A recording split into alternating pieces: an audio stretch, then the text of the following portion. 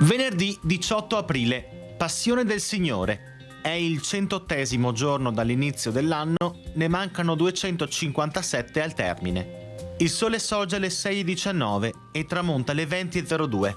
La luna si leva all'1:12 e tramonta alle 8:50.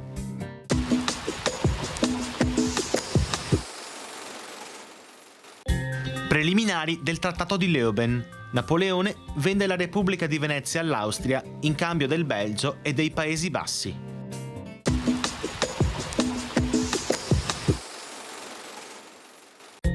Le previsioni per domani.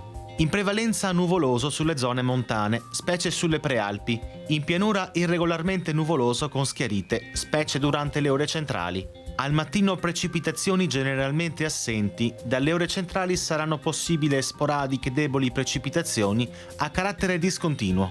Temperature minime senza notevoli variazioni, massime in aumento.